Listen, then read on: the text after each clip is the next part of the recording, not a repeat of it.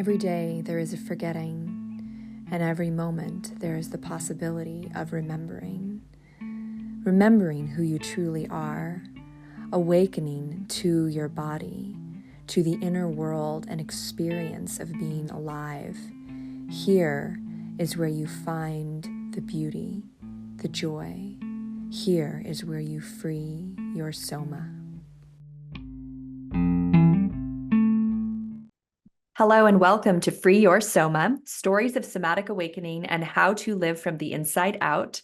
I am excited to have Rachel Rae Halder here with me. We had an interview a few months ago, and you can go back and listen to that one. Very juicy, a lot about her personal journey through somatic work and spirituality. But today we're going to talk about something really specific, and we're going to explore a concept that I think is very, very important right now with all of the things that are happening in the world and happening probably in our bodies. Rachel Rae Halder is a somatic trauma resolution practitioner, and we are going to explore freeze today. Freeze in our nervous systems, how that shows up, how we get stuck, and what we can do to unfreeze. So welcome back to Free Your Soma, Rachel. Great to have you. Thank you so much. It's so good to be here. It's so fun to talk to you again. Yeah. I was noticing your content and just the way that you're sharing about this upcoming course that you're teaching, which I guess is it's happening now. Like people can sign up for it now, like today, Yeah. right? Yeah, absolutely. And I was really feeling like you were speaking to me because I definitely have been someone who's struggled with freeze. And I love how in your content, in your shares, you're sharing about specific experiences you have and the ways that this shows up in your body. And I think that's really powerful because I could very much relate to some of those experiences that you were sharing, whether it was in interpersonal relationships, in expressions of my sexuality, or even just in like the doom scrolling, what we call like procrastination, being on my phone, all of that. And the way that you're exploring these as it relates to our nervous system, as it relates to the intelligence behind what it is that we're actually doing in those moments. Would you care to like explain a little bit more about what freeze is? Yeah, absolutely. So freeze is a threat response that happens inside of the body, which is a kind of interesting way of framing it. Because I think, a lot of times people think about fight or flight as like a threat response, like, oh, sympathetic system, nervous system gets activated and we go into fight or flight to like defend ourselves or protect ourselves or whatever it might be. Freeze is another threat response, but instead of fight or flight, it goes into a shutdown. And what most people don't realize is that actually the nervous system will always go to fight or flight first, that it'll go up into sympathetic before it'll drop down into parasympathetic, which is what the freeze response is in. But what happens is that the body determines fight or flight won't be successful. And so it determines like the most successful path to the threat will be a freeze response. We had freeze like throughout our life. It can become an autopilot type of thing where we skip over the fight or flight and just go directly into freeze. And then this is what then starts showing up in interesting patterns that often we label as like, oh, I'm lazy, or I'm like procrastinating, or I'm disorganized, or whatever these things are that we kind of shame ourselves around. A lot of those responses are actually freeze dynamics that are happening in the body. Their nervous system responses is the body saying, this is too much, this is overwhelming, this is a threat. And my assumed best like route to survival is to shut down. And I think it's like a nuanced topic that a lot of people don't understand, because often we think of freeze as just like an acute kind of situation. Like, I froze about this one particular thing, but a lot of people can actually carry these freeze dynamics in their system for years. I mean, for lifetimes, really. And that's what I'm really more interested in exploring and working with people around. Awesome. Yes. And there's so many different, I guess, areas of our life that freeze can show up. And we can have, a lot of, I guess you could say, like regulation in one area of our lives, but then in a particular area of our life, like maybe as it relates to our sexuality or as it relates to our profession or something like that, we can have a freeze be a prominent nervous system strategy in that specific area. Can you kind of go into some of the details around how it's dynamic? It's not like it's just across the board one way.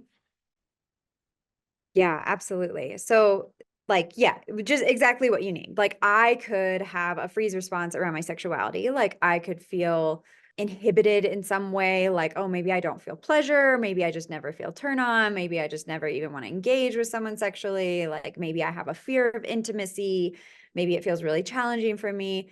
But then in friendships, I could be super securely attached, you know. I could show up to my friends whenever they need it. I could have deep, intimate conversations with my friends. Like I could feel like safe and like my heart can be open because the freeze, like, you know, if I have a freeze response in my sexuality, it's probably because of some sort of traumatic event that happened to me around intimacy, around like romantic relating, or around maybe even like childhood dynamics with parents that then doesn't necessarily show up in friendship because it's a different dynamic, it's a different energy, it's a different space. And so this can happen a lot in our lives in so many different ways. Like we could be a super high achiever and like, you know, be getting A pluses in all our grad school work and like whatever it might be, but then be completely disorganized in other areas of our life where it just feels like chaos and just like, oh my gosh, I can't keep anything straight. And how can I be so on top of it here and so like chaotic over here? And almost always it's because there's a reason for it and it is connected to our trauma and it's connected to how these dynamics are playing out in our body and our system. Yes. I mean, as you're speaking, I'm thinking about like one of the places that I feel like I struggle with freeze a lot in my life is housework and like cleaning up messes that either I make or my husband makes or my son makes, like just in cleaning in general. And I've like pointed to it in the past and said like, oh, I kind of have like Cinderella syndrome from like growing up in a single mother household with like, you know, a younger sibling who we didn't know but was on the spectrum. And so I was like the responsible one having to like make all the meals and then wash all the dishes and, you know, basically co-parent with my mother. And so it left me in this freeze response when, you know, I'm, you know, out at a networking event or doing events with clients or doing these really great things where I feel very organized and motivated. And then I come home and like there's a pile of laundry and I just freeze. Yeah, absolutely. I love you. Like, thank you for sharing that and like vulnerably owning that because it feels so on point with exactly what we're talking about. It's like, okay, yeah, some of these areas, you know, have flow in them and other of these areas have like some stuckness in them. And what is that? I also love with your example, it's like you weren't always that way. And I think that's something that can be confusing for a lot of people is like, they're like, what happened to me? Like I used to be so good at this, like, or I used to be so able to do this, or I used to be so capable of this. And another piece of the freeze dynamic that I don't think a lot of people understand, or they just don't have the articulation around, is that often a freeze can result after we've been in a hyper response around something for a long time. So like in that instance, I don't know your full story. I haven't worked with you in this capacity, but my guess is that there was some like co-parent with your mom in that way. And then that dynamic actually led to later a freeze response because it was like your system was so in that hyper response and so in that fight or flight response that it really had no other option than to like dip down into like a more like freeze, a more hypo response. And then often that will start creating something called like a syndromal patterning where we're moving Mm. between like the sympathetic response and the parasympathetic response in the body. And then Oh it's like, yeah. how could I do work? Like, how could I do housework from like a place of presence as opposed to it always coming from a place of like trauma response, whether that's a hyper trauma response or a hypo trauma response. Oh yeah, completely relate to that. That's like what I call like when I get like into like rage cleaning mode or like Yeah. I'm just done with it. I'm so done with the house being a mess. It like has to get to like, you know, and it doesn't get that crazy, but it gets to a certain point where then like I'm really triggered by like the piles of laundry or I'm really triggered by, you know, the buildup of like cat hair in the on the carpet or something. Right. And then I jump into like attack mode versus Yeah. versus having like a calm, like steady like rhythm to like dealing with the messes. Yep, totally. Yeah, I resonate in my own ways around a lot of things. I actually have that dynamic or have had that dynamic, I should say, a little bit in my business. Like it's taken me years of conscious, like literally like paying attention to these patterns, naming them, being with them, even honoring them, validating them, like unshaming them, really show up in my business and like be a leader and be an expert and be responsible and be organized. And then I would drop into this freeze response and I would kind of be in freeze until like honestly, like I needed to make money again. It was like, well, girl, you gotta freaking get yourself out of this response and like show up to the world, which is such like a, it felt so defeating because it was like, I'm actually not in my business for the money. Like I'm actually in it because it's so like purpose led for me. Like it feels so like soul aligned for me. But like then it felt so defeating to feel like, oh, the reason I'm, need to get back out there is like because I have no money in my bank account anymore. But it was like this freeze response, like playing into then this like syndromal hyper, like fight or flight response.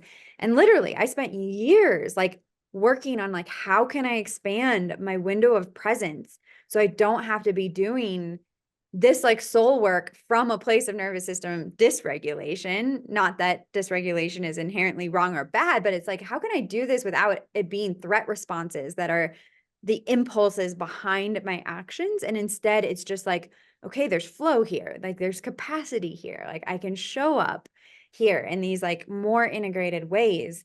And I really feel like after a lot of conscious work on that, like it is much more in balance than it's ever been in my whole life. That's really inspiring and great to hear. I feel like I'm in a similar like trajectory in terms of my business because I actually just realized I did a little timeline scan of myself like of the last year of my life. And, for me as a somatic practitioner, a lot of my somatic work is about chronic pain. And so that's one way that I can kind of measure where my nervous system is at, is that when my pain starts coming back or when the patterns of pain that I have in my body from injuries and when that my stress gets high enough, those patterns reemerge. And it's like my body talking to me and saying like, hey, it's getting a little much here. We need to do something about this, right? Yep. And so I was tracking it kind of thinking about like the ebbs and flows of like my chronic pain returning after years of it being kind of at bay, right? And Mhm. in the last year, I was like, wow, there's actually been like a lot of stress.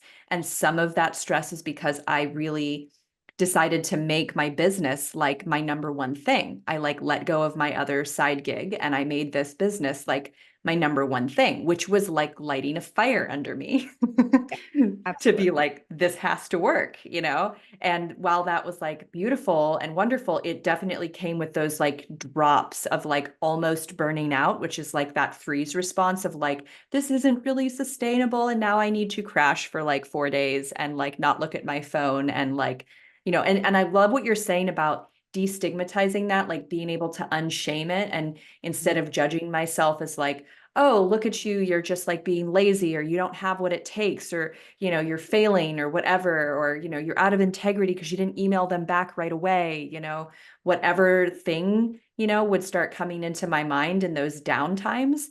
I've been able to kind of look at them differently.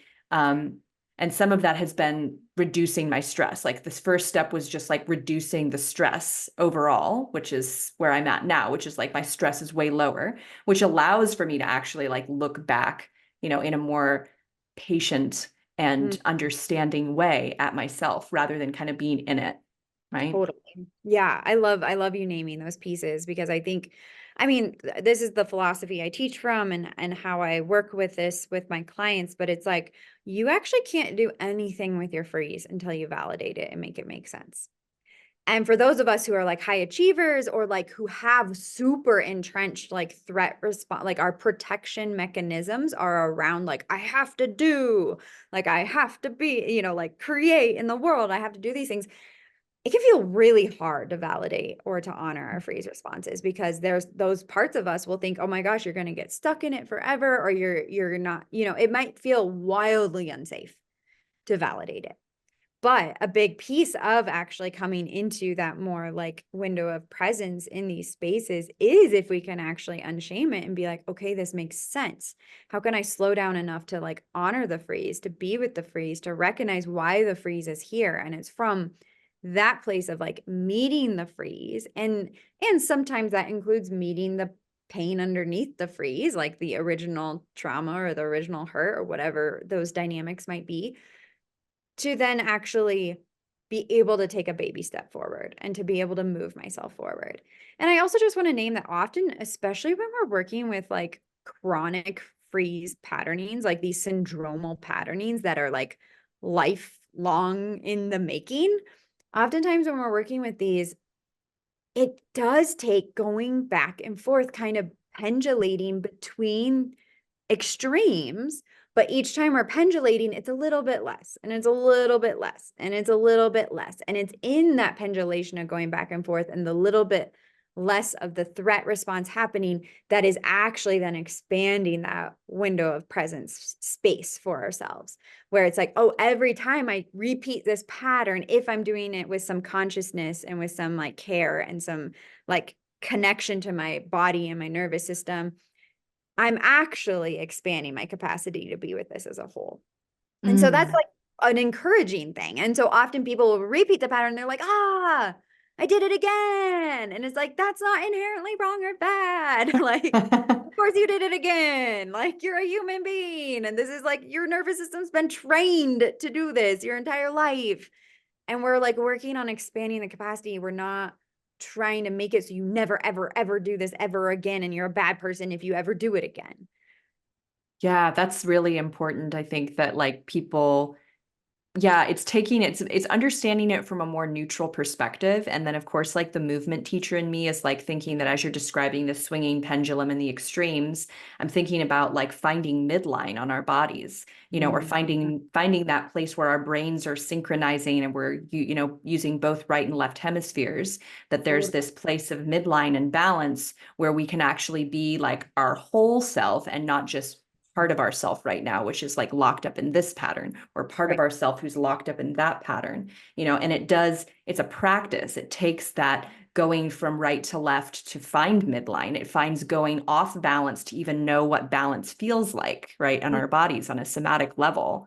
And when we look at it from like, this idea of a pendulum swinging, or, finding midline on our bodies, like we're very like unlikely to judge that as being right or wrong. It's right and left. Right. Exactly.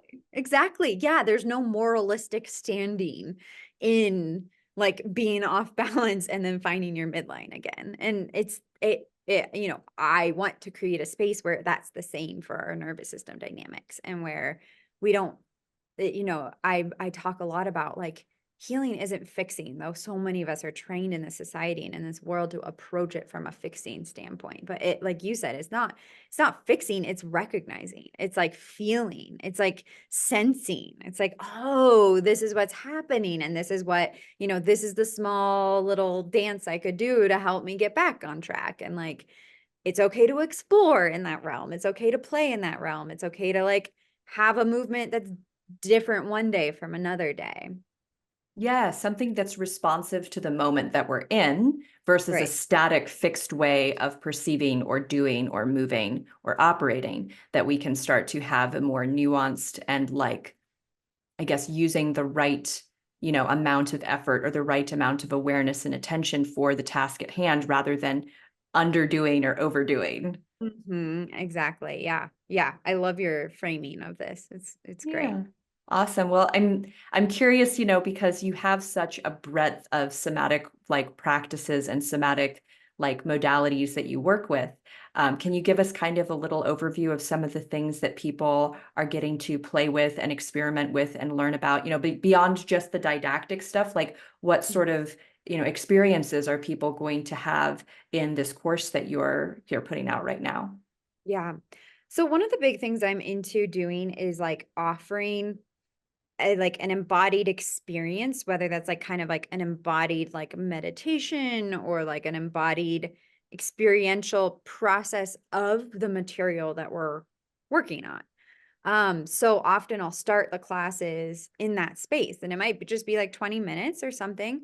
And it's using the concepts and the theory and the knowledge pieces in an actual experiential thing, and then teaching the concepts and experiences. And I find that that's a way, it's like both honoring like a top down and a bottom up approach. So bottom up, like top down being more like the mental, cognitive, like, okay, here's like the actual maps of what's happening in your system. Bottom up, okay, here's the more experiential, somatic, like felt sense experience of this.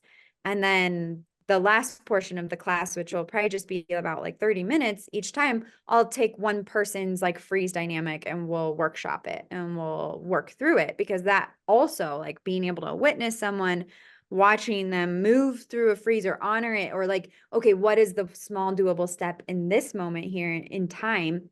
And really being able to like get into that little like small doable step. So one of the things with freeze dynamics is like they're not going to unthaw super fast, generally speaking. And I think it's even a little like insane to have an 8-week course on freeze, because and I've been saying this in my marketing, and I also said it, in my very first class. You're probably not going to like heal some major freeze dynamic in this class, but what I can guarantee is that you will maybe do a couple doable steps, and you will have a map for how to go forward with it with more doable steps. And I'm really into like, okay, what is the smallest doable step that we can do right here, right now with this freeze dynamic? It's like, how can you be 1% more with it? Not how can you be 100% embodied? It's like, is there any possibility to even be 0.5% more with it? And so I'm doing the like coaching pieces because there can be actually a deep resonance that happens in our nervous systems when we witness other people moving through something that has happened inside of ourselves. There can actually even be like almost like a spontaneous healing, or like the puzzle pieces suddenly come together inside of our own body. So in that way, it's also offering almost like an embodied experience of like, okay, what does that look like? What does that feel like? What is that? What are the senses that come up? And then there'll be just like little blips of things. Like most of the stuff I do is actually quite subtle and quite small. And that's not how I started my coaching business. I used to be really into like expansive, like in-depth practices. And I think there's nothing inherently wrong with those at all. But I find that most people who are coming to me have done that. And their systems are actually more like they need like the more like fine-tuned, really subtle, like, oh, what is it to feel inherent movement in my hand? Like if I'm holding my hand here, those who are listening, you can't see this, but I'm just like holding my hand. Like if I hold my hand here long enough, will there be an organic movement that my hand wants to start making?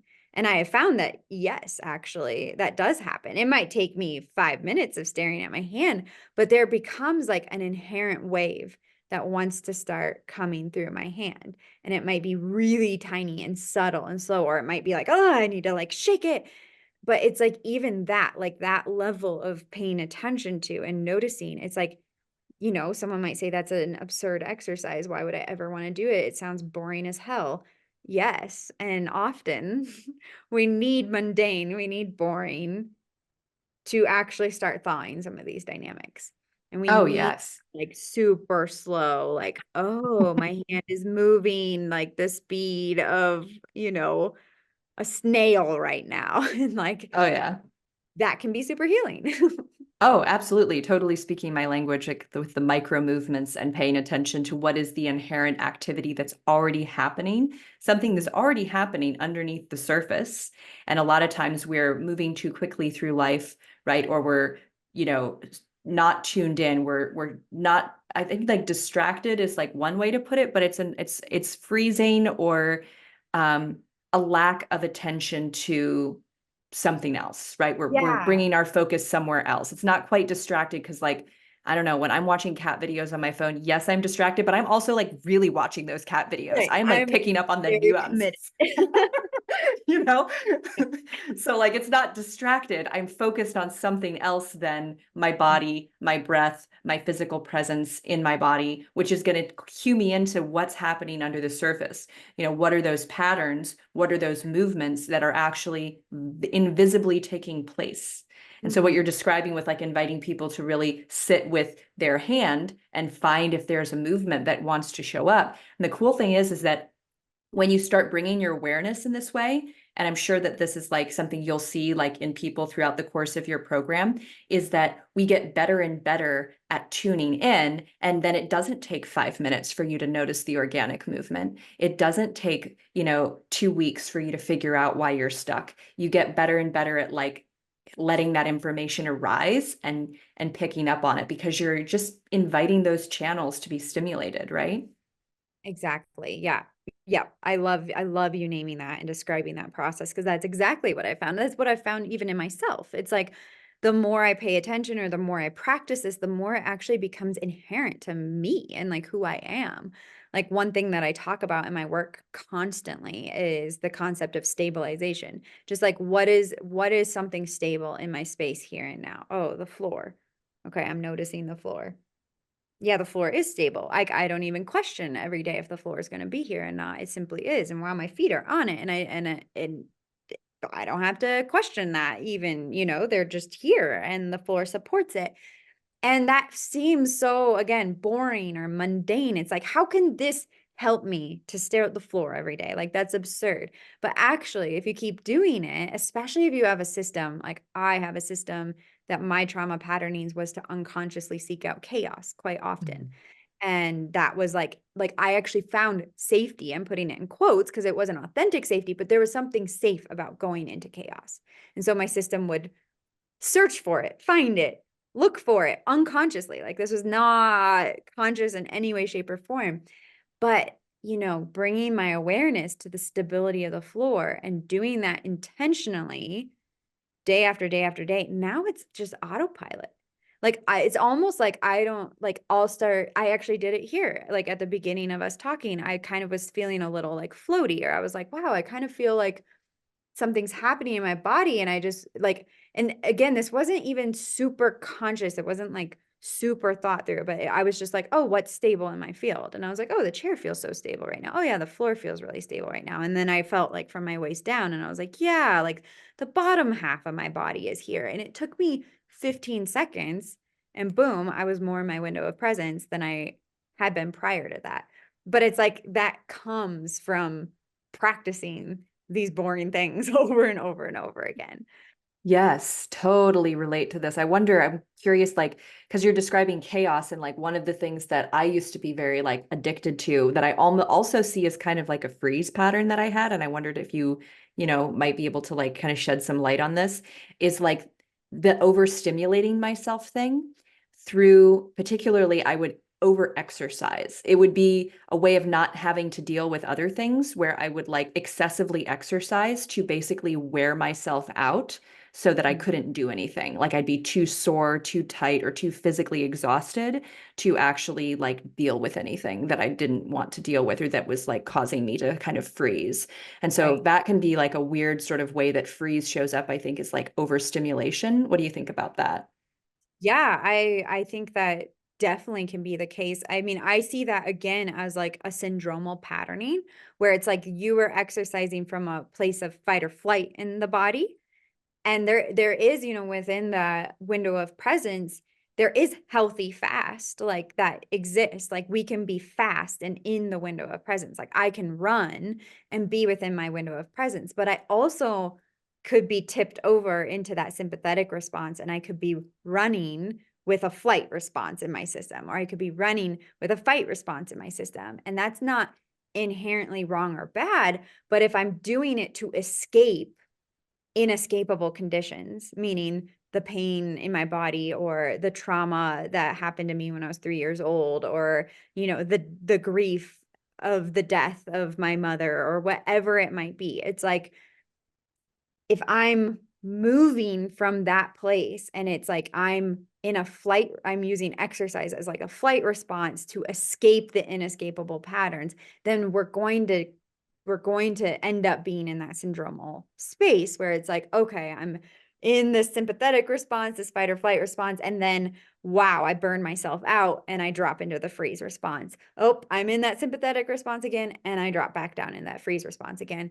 And ultimately, like if like say you were a client coming to me with this, what I would hear in that is like it doesn't feel safe to feel.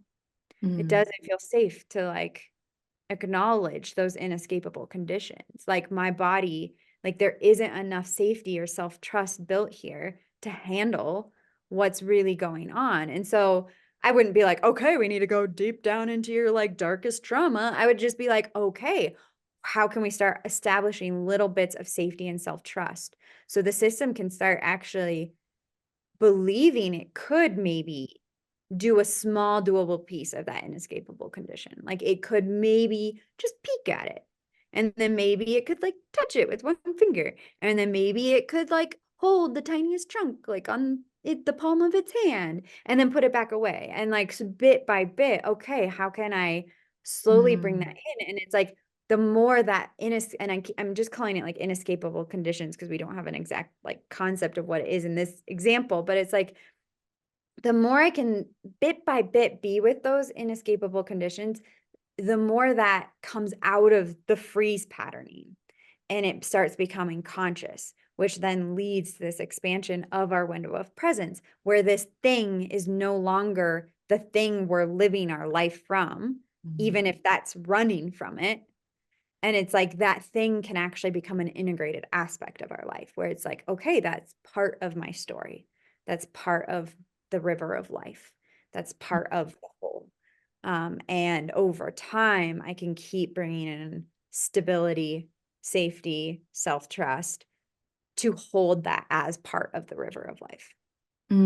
Wow. Yeah, I love that. And it is having me reflect, that inescapable condition for me, at least and this is obviously goes deeper than that, but in my young adult life, I think a lot of it, it was, mental and emotional stuff that was going on, but the way it presented was physical muscular tension and pain in my body. And strangely enough, I was over exercising in chronic pain a lot. And I have clients who have done this where you're having like physical pain in your body, and muscle tension. And the thing that seems to like be one of the ways to deal with it is by creating more muscle tension through exercising and weightlifting and running and doing a lot of yoga, because then you're basically layering like muscle patterns on top of the pain pattern so that you don't feel it as much. It's like Mm, a way of like not feeling the deeper pain because you're creating like surface pain. And I think right. that that relates to like how you're describing with seeking out chaos, because there's some chaos going on internally. And so let Right. me manufacture that externally so that I feel like I'm in control.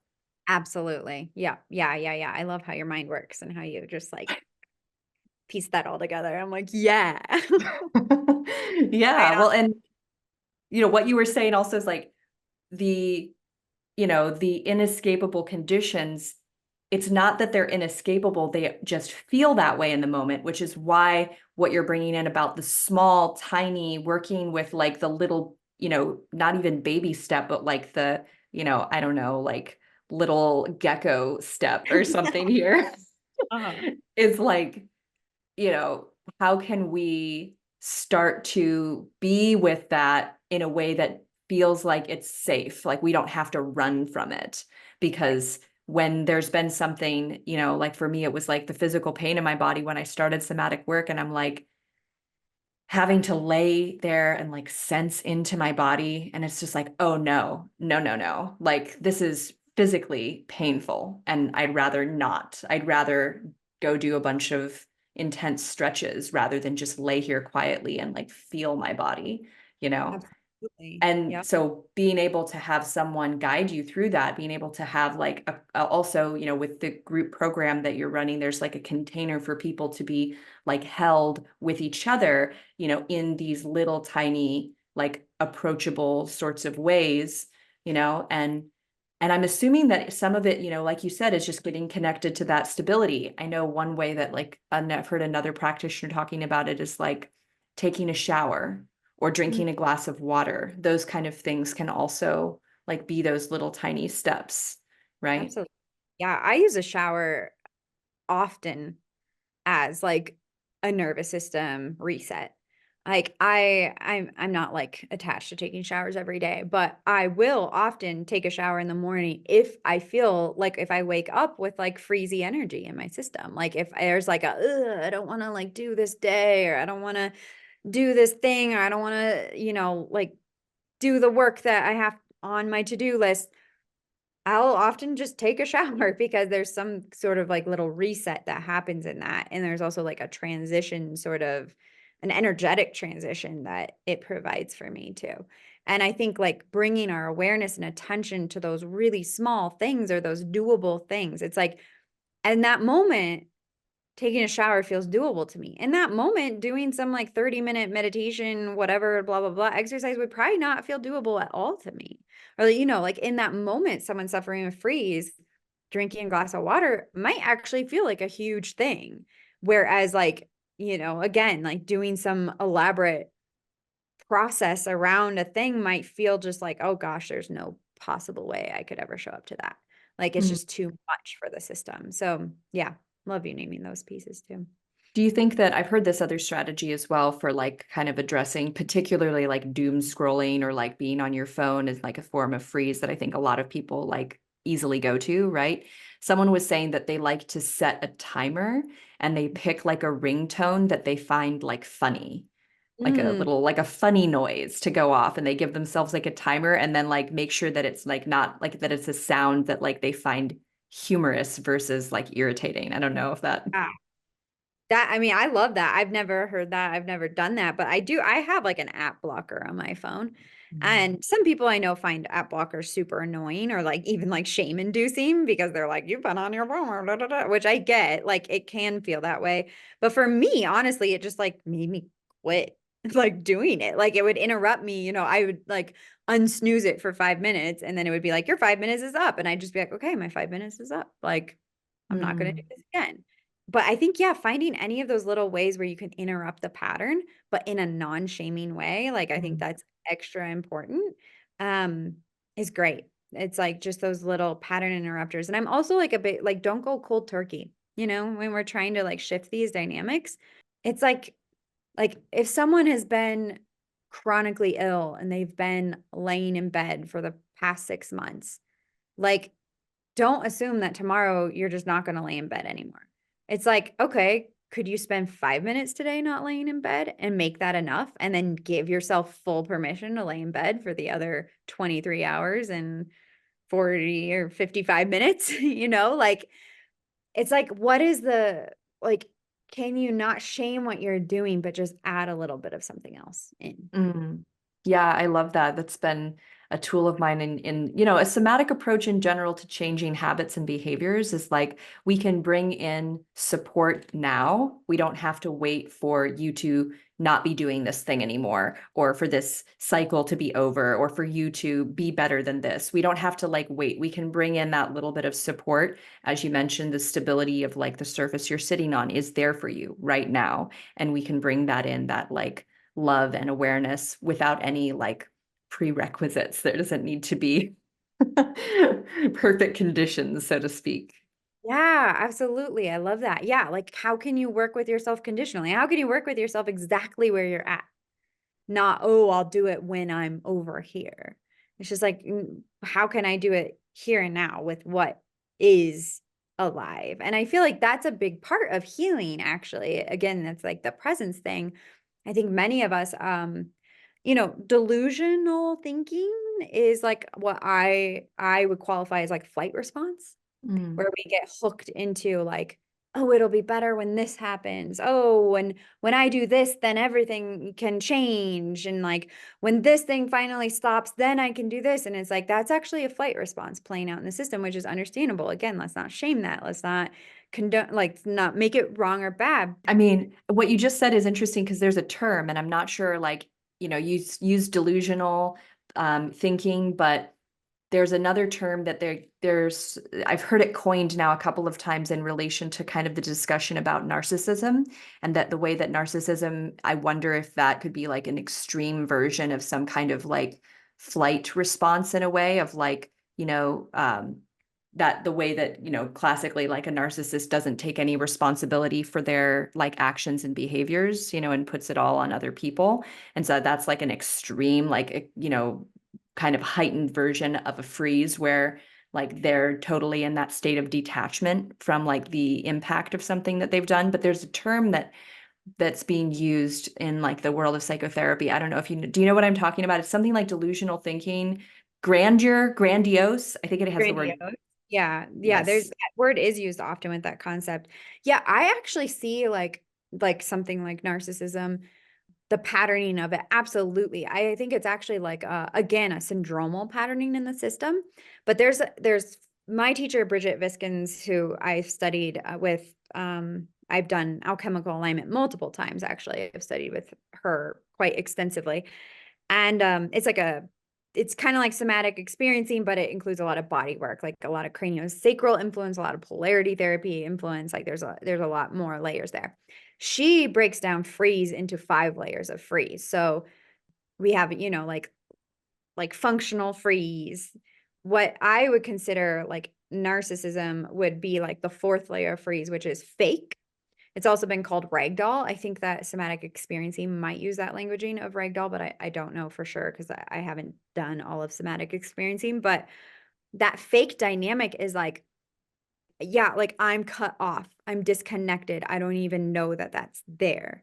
And like the dynamic of narcissism is often like, I'm so disconnected from self that I don't even understand these dynamics that I'm playing out. Like I can't even, so I might shoot up into that fight response and be like freaking out and like screaming at someone and like shaming someone and just like taking that dagger and freaking stabbing someone with it. But I'm like so fractured that I don't even recognize I'm doing that, which is almost also a freeze response happening Mm. simultaneously. So it's like a really like cold and hot double bind connected. Yeah. So I like your astuteness and awareness of that. Yeah, well, and it's interesting because I think that like it's been such a buzzword in the last, 5 to 10 years to talk about narcissism. And, obviously, many of the people who are having conversations about it are victims of, narcissistic abuse and relationships. And there's sometimes a vilification of narcissists, but there are ways in which, many of us have narcissistic tendencies or have behaved that way at different times in our life in more circumstantial situations where maybe it hasn't been like our complete patterning, but it's a pattern that we, in certain circumstances and certain environments can become very cut off from ourselves. Like you said, that form of freeze where we're going into this like fake mode where we're not, you know, touching any of what's over there because it's too painful to look at in this scenario, in this environment. I think like when people are very prideful, like maybe in a professional setting, and they don't want to see like something they're being criticized about, they could easily step into some of those narcissistic behaviors as a form of freezing, right? Yeah. Yeah. Yeah. And again, it's like, I do feel like a double bind kind of response where it's like, I'm both in a fight response, like I have this defensive posture and like a don't fuck with me energy. And like maybe I'm like have like walled off entry to myself. And simultaneously there's this deep freeze that's happening where it's like I am actually out of touch with massive aspects of myself as a whole. And I think Mm. when we're talking kind of like personality disorder dynamics, that is definitely what's going on. Like it's deep, deep, deep freeze, but over coupled with really strong fight, like super hot patternings as well.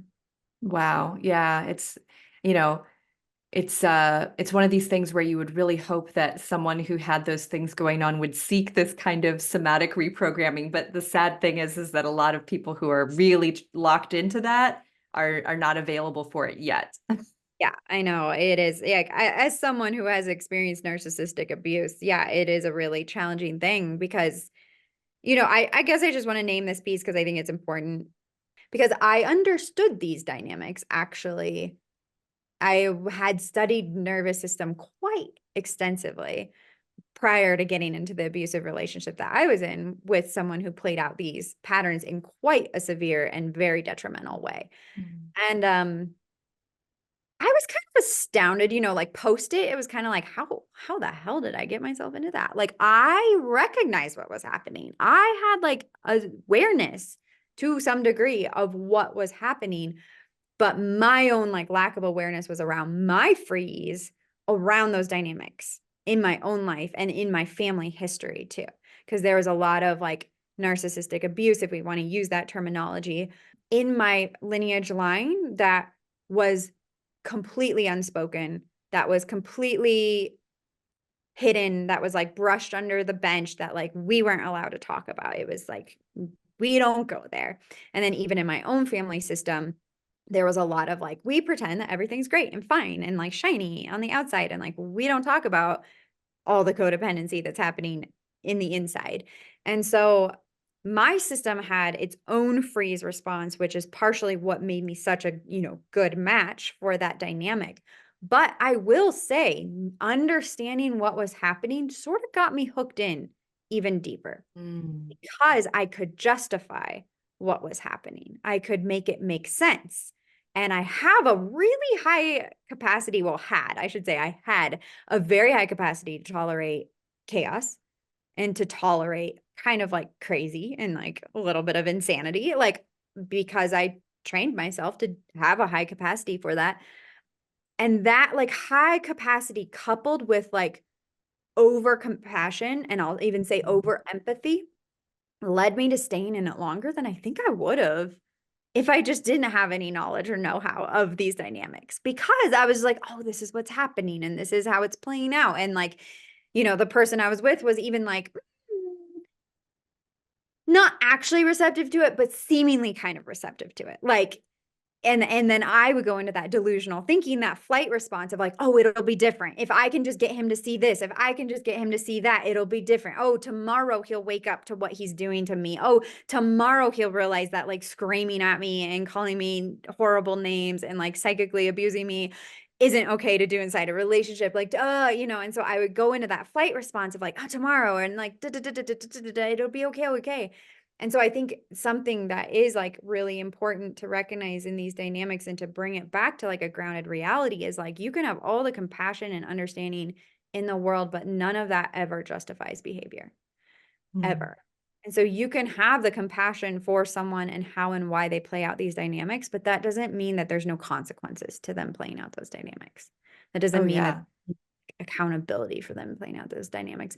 I just think it's important to name, because if anyone's listening to this like and has like similar makeup to me, like it took me a long ass time to figure that one out. Like, which seems Right. embarrassing to name, it's just like, really? But it was like because of my trauma, because of my, emotional makeup. Yeah, that was like a hard pill for me to swallow.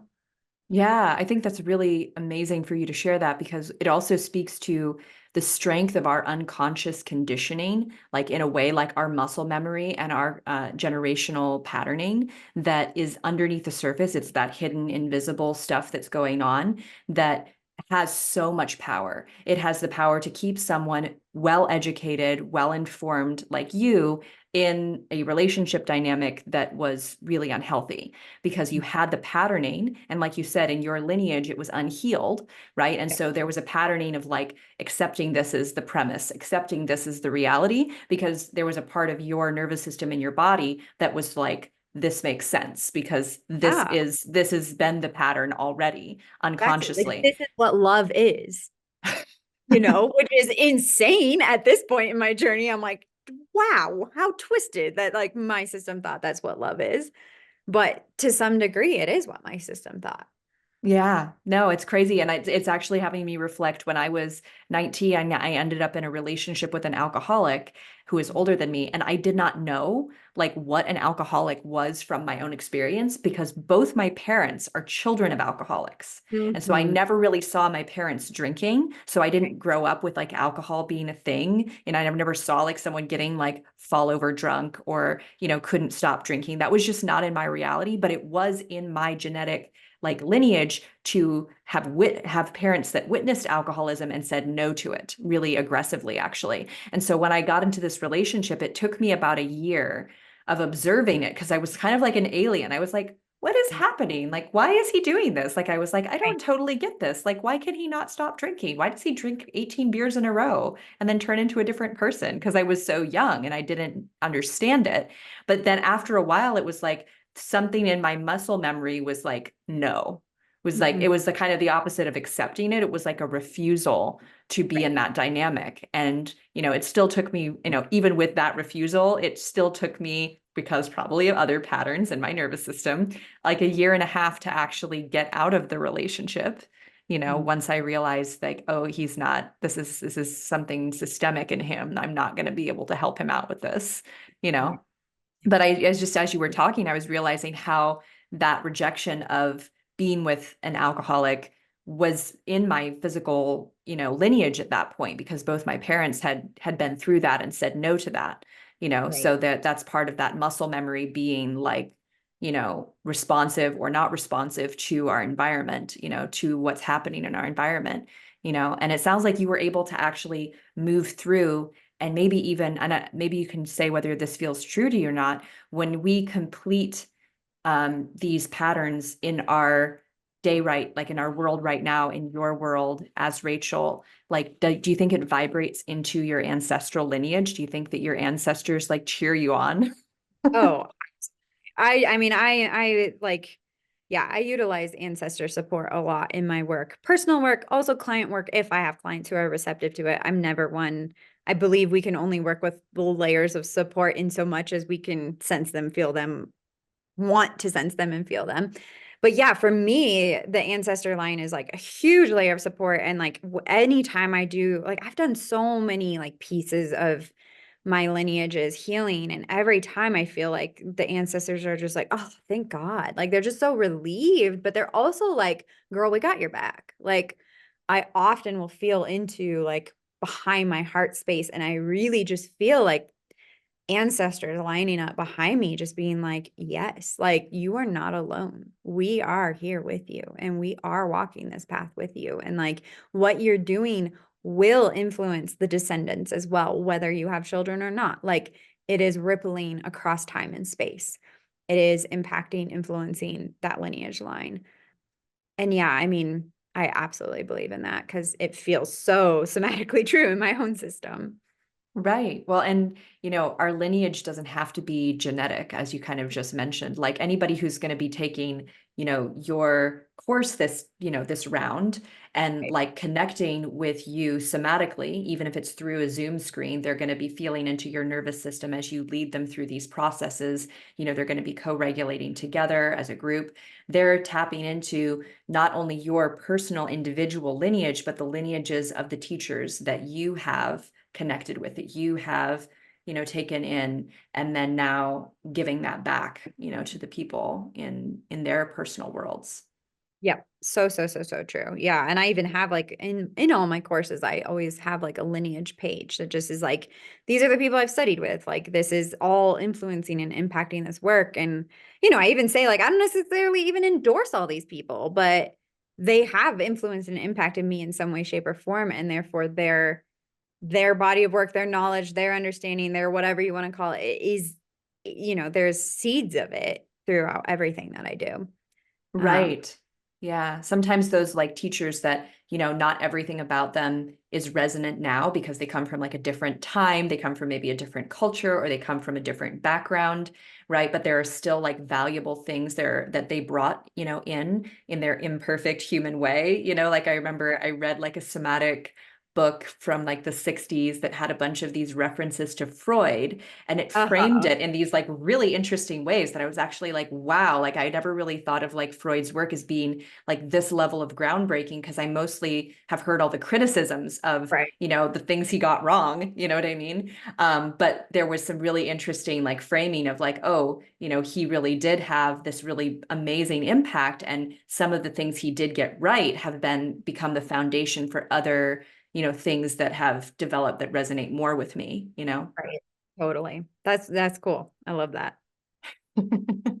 Yeah. Well, tell us a little bit, like for the people who've been listening and feeling really drawn to everything that you're talking about, how can people join this cohort if it's open still for joining, and what does that look like? Yeah, it's totally still open for joining. At this point, we've already had our first session. And so there's replays. So everything is recorded. And I'm really encouraging of people going at the right pace and right timing. So like if you come in and it's already, we already had our first session, you're not behind. Like you really are not. And I really want that to be known and felt and sensed. And like even the people who started, I'm like, you can take this at the pace that you need to. If this is going too fast, you can, you're welcome to just watch the replays, but still participate in the Facebook group. So there is a Facebook group that is a pop-up group, meaning it'll be open for the time of the course, but then it won't be open after that point. But just a sharing space of what you're moving through. This is an 8-week long course, so it'll go for the whole month of June and July of 2024. But then there's also, I have like a $15 workshop called Why We Freeze. So that could be an entry level place too. Like that's an easy thing you can sign up for. It's a 2-hour long workshop. It gives you those 5 layers of freeze that I mentioned, offers like that description of those 5 layers and like the ways that we can move through them. And then there's always like future work as well. Like this isn't, this 8-week course, it's called Finding Flow. Finding Flow isn't like the only way to work in freeze dynamics. I also have a course called Slow Burn, which is a 5-month-long course that covers freeze dynamics in sexuality within relating. And that goes into like codependency and like dynamics that happen in the ways in which we are intimate with other humans. And so, there's a lot of different ways in which people can get this knowledge, and even just follow me on Facebook, follow me on Instagram. Like I talk about it a lot. So you can even just get free information about it and like, yeah, keep digesting it, integrating it, being with it in your body and system. Excellent. Yes, I do highly recommend following Rachel because her posts sometimes, especially on Facebook where they allow for longer form posts, like you really offer, like sometimes I'm like reading and I'm like, this is practically like a blog post or an article that I'm Mhm. just happening upon on my Facebook feed. And there's so much like really valuable information here, and I know Instagram has like a, character limit, but like, sometimes like can hack that by creating like the words on like the picture Right. with Yeah, words I in do that the a lot. The carousel writing. Yeah. Totally. Yeah, because you're very prolific in that way and you're very well spoken about these things. And I love that as I mentioned at the beginning, you bring in personal stories of what has happened for you in your body. And that is so beneficial because it gives people like something that they can relate to Yeah. in you. And then they can start to feel that sense of safety of like, oh, she understands. She Mhm. understands and she gets it because she's been through this too. Totally. Yeah. I'm a firm believer in like not pedestaling teachers and to take a very vulnerable approach to teaching, not in the sense of like, oh, here's my mess and I'm dumping it on you all, but like in the sense of like, I'm in this with you. Like, I am not coming to you teaching this from some place of like, I have it all figured out and I am a master who never freezes. It's like, no, I still freeze and let me tell you all about it. Like, and I am probably 4 steps ahead of you, perhaps. And so I can hold space for you. I can create, the safety. I can point you and orient you back to yourself, back to your truth, back to your knowledge, back to your attunement because I've done that and because I know what that's like inside of my system. So I can offer that transmission, but not from this place of like, I've got it all figured out. It's actually from this place of like, hey, like I'm holding your hand. And just so you know, I'm also still working on this stuff. Like I'm Well, still yeah. growing and will be for the rest of my life. Totally. Well, and I think that's what makes, someone like me, another somatic practitioner, attracted to working with you is that, how I prefer to like learn things is through my own experience. And so when I see you offering from your own experience, and then I start to think like, oh, there's optimization. It doesn't have to be just about like fixing something or stopping myself from having these problems. It's like, how can I continue to optimize and grow and enhance what I'm doing in my own body so that, when a client shows up who has that same challenge or maybe a slightly different challenge that I wasn't even aware of, but that someone in the group container or maybe you brought to the forefront and I recognize it, oh, they're in a freeze. I get Right. that now. What Exactly. little tool or little like, morsel can I offer to help that person, through something that I've literally experienced, not just read in a book, but like you said in the beginning of your classes, giving people that felt sense somatic experience of what this concept is, or Mhm. what this work is about. I think that's really valuable. So, Yeah. if you're listening and you're another practitioner of some kind, you're a coach and you work with people in this intimate setting, I highly recommend checking out Rachel's programs and just learning more, developing yourself more. We get in that freeze of thinking we know it all already, and it's like a trap.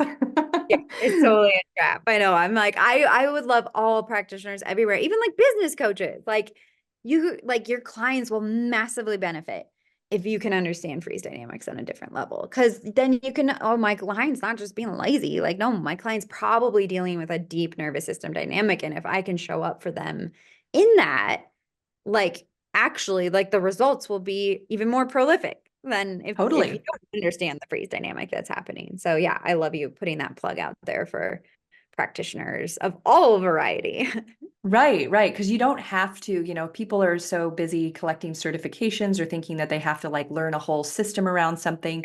And you don't. If you already qualified to help people in the various ways that you do, you can always add in like a little something to see if it works for this person. That's so welcome. That's so beneficial. We don't have to like endlessly seek certifications. We can learn and then express from our lived experience. Exactly. Yep. Yep. I love that. I Yeah. go there with you on that one. Well, thank you so much for coming on and sharing. And, Yeah, I was so excited to have this conversation just like from weeks of reading your content and, really looking forward to learning more about this with you in the future. It's not going to work out this round, but in the future sometime, I think that would be really beneficial. absolutely. Yeah. Look forward to having you in the container and really enjoy this conversation. And thank you so much.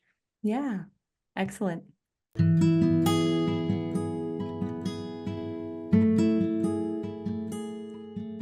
You've been listening to the Free Your Soma podcast. To find out more information about today's guest, check the show notes. And to find out more information about me, Amy Takaya, and the Radiance program, visit www.freeyoursoma.com.